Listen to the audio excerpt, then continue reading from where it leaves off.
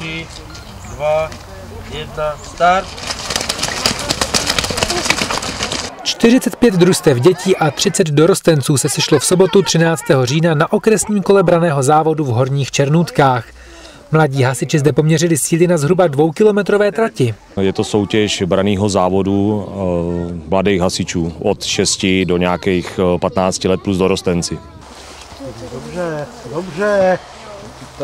A dolů můžeš.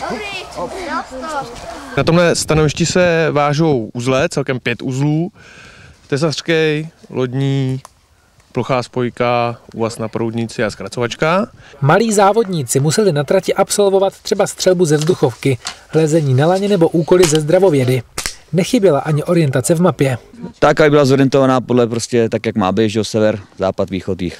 Nešlo nám střelba a jednomu klukovi nešlo uvázat provaz a jinak ještě přelejzání provazu, jinak to bylo všechno dobrý. Šlo to, ale trať byla taky klouzavá. Povedlo se nám značky a mapa. No, nešlo mi moc uzla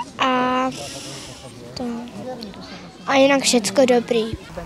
No. Hasíme PHP pěnovým a nehasíme PHP práškovým. Tady vlastně určujou vhodný a nevhodný hasicí přípravky pro různé věci, jako například jemná mechanika, video nebo knihy, archivy. Mezi mladšími dětmi si nejlépe vedli závodníci z Chlumce nad Cidlinou. Domácí skončili 3.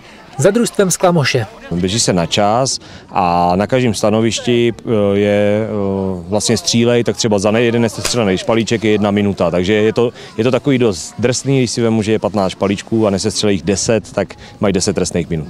Kromě 2kilometrového okruhu v okolí Horních Černutek absolvovali soutěžící také 60metrovou překážkovou dráhu.